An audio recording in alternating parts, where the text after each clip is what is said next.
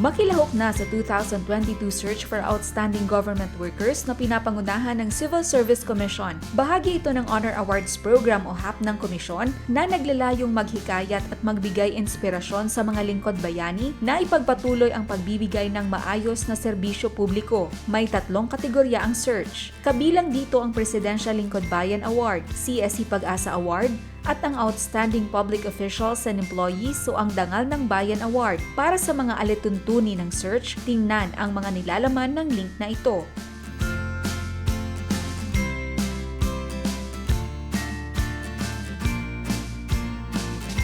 Nakapaloob dito ang listahan ng mga kwalipikadong individual o grupo, criteria for evaluation, required nomination documents, write-up of accomplishments, procedure for nomination, procedure for screening and evaluation, at iba pa. Ang nomination forms ay pwedeng ma-download mula sa link na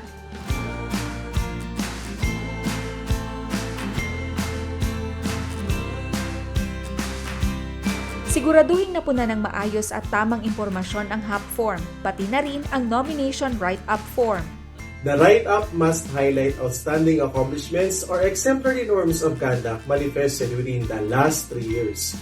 Presentation of accomplishments or norms manifested should be in order of significance, complete with descriptions, justifications, and should adhere to the following pointers. Use specific terms, define or clarify terms such as assisted, contributed, or facilitated. State outstanding accomplishments of exemplary norms displayed and impact in brief and factual.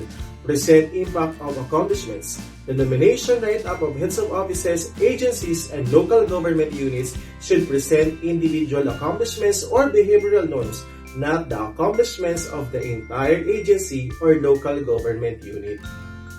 Executive summary is a written account that gives an overview of the main points of a longer accomplishments and impact that demonstrates exemplary ethical behavior or the 8 norms provided under the Republic Act No. 6713.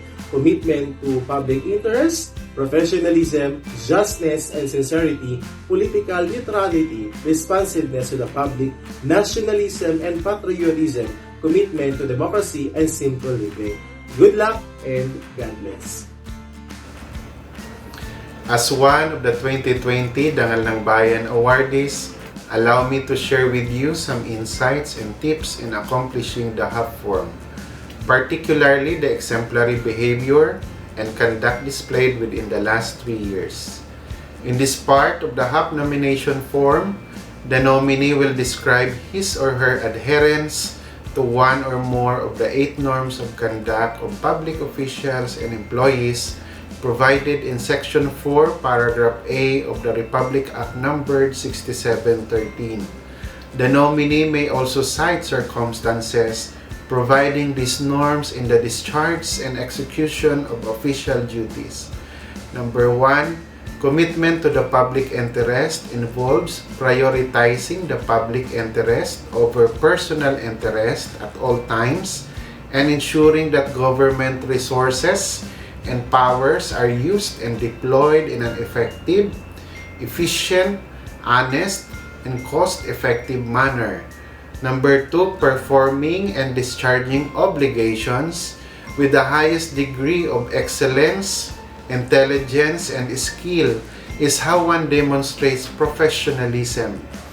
Number 3, in order to maintain justness and sincerity, it is necessary to abstain from acts that are against the law, good morals, good customs, public policy, public order, public safety, and the public interest. Number 4, political neutrality refers to delivering services to all customers without undue discrimination on the basis of political affiliation or personal preference. Number 5, public responsiveness refers to the ability to provide prompt, courteous, and adequate service to the general public. Number 6, nationalism and patriotism means always be loyal to the Republic and to the Filipino people.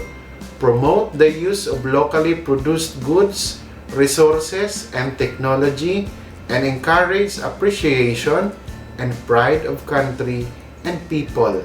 Number 7, commitment to democracy entails a commitment to the democratic way of life and values.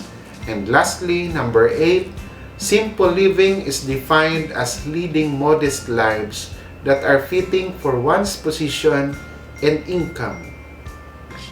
In writing the significant accomplishments for the last 3 years section of the nomination write-up, these are the things that you must consider. Firstly, you begin with looking back for the last 3 years kung ano yung mga nagawa mo. Ano ba yung mga projects or programs that you have done for the last 3 years that are somehow outstanding. So you do some sort of self-reflection or introspection. Then, I think it would also help if you get involved in the writing process. So you could sit down with your nominator para mas lalo niya pang ma-lay down kung ano ba yung mga naging accomplishments mo for the last 2 years. Secondly, in the writing process, you begin with a good summary or great summary of your accomplishments. So this is the overview of your accomplishments for the last 3 years. So dapat mabigyan ng idea yung evaluator kung ano nga ba yung mga nagawa mo or na-contribute mo for the last 3 years. Thirdly, you make an enumeration of your accomplishments for the last 3 years. I would suggest that you do it in bulleted form.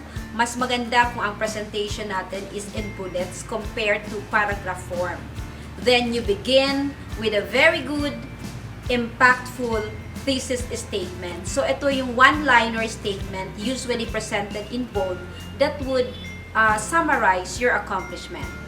From there, you substantiate your accomplishment with facts and figures. Like for example, sasabihin mo na your program or your project has benefited or made an impact to the certain kind of community. Dapat it must be presented in percentage or in numbers. Do not use vague words or abstract concepts like you have helped people. Mas maganda kung sasabihin mo na you have provided this number of packs or hygiene kits to this number of people or clients. If merong mga specific na tao or organizations na natulungan yung iyong program or project, much better. Lastly, review the write-up. There might be other accomplishments na hindi na-include yung nominator. And then, syempre kung ikaw mismo yung magre-review before the submission to the civil service, you will be able to incorporate your other accomplishments. So remember that in the packaging of your significant accomplishments for the last 3 years, your presentation must be clear, concise, and complete. Today, I am going to share with you how you would relate the impact of your accomplishments. Your accomplishments would mean your projects or your programs or your initiatives in your respective organizations or even outside your organizations, like your community or other communities that actually are benefiting from these programs, projects, and initiatives. Number 1, ano ba ang problema o challenges na ini-address ng mga inisyatibong ito? Sino ang nakikinabang? Paano sila natulungan? At ano ang mga ginawa mo para ang mga proyekto, ang mga programa at ang mga inisyatibong ito ay maisakatuparan at magkaroon ng napakalaking epekto. Hindi lang sa sarili mong organisasyon, kundi sa labas ng inyong organisasyon or sinasabi nating opisina. May natipid ba ang gobyerno? Magkano ang natipid ng gobyerno sa pag-introduce mo ng mga programa o proyektong ito? Sino ang nakinabang? Paano sila nakinabang? Number 3, ito ba ay parte ng mandato mo bilang kawani ng isang gobyerno o ito ay hindi hinihingi ng inyong responsibilidad bilang kawani o empleyado na kung saan ang organisasyon mo ay naroroon? In other words, Are these programs, projects, and initiatives part of the mandates provided by your work or job description? Kung hindi, swak na swak po kayo dyan. Sa totoo lang po, gumagawa ako sapagkat alam ko na ito ay kailangan. Ginawa ko at gumagawa ako hindi upang ako ay bigyan ng karangalan. Subalit, ito siguro ang tamang panahon, sabi ni Lord, napakasipag mo, napakasipag ninyo. Panahon para upang kayo ay bigyan ng karangalan. Isumite ang nominations hanggang ika-31 ng Marso ngayong taon. Sa mga nominasyon para sa Bicol Region, makipag-ugnayan sa CSE Regional Office 5 sa pamamagitan ng Public Assistance and Liaison Division. Maaaring tumawag sa numerong 052-742-9568 o kaya mag-email sa ro05.pald@csc.gov.ph.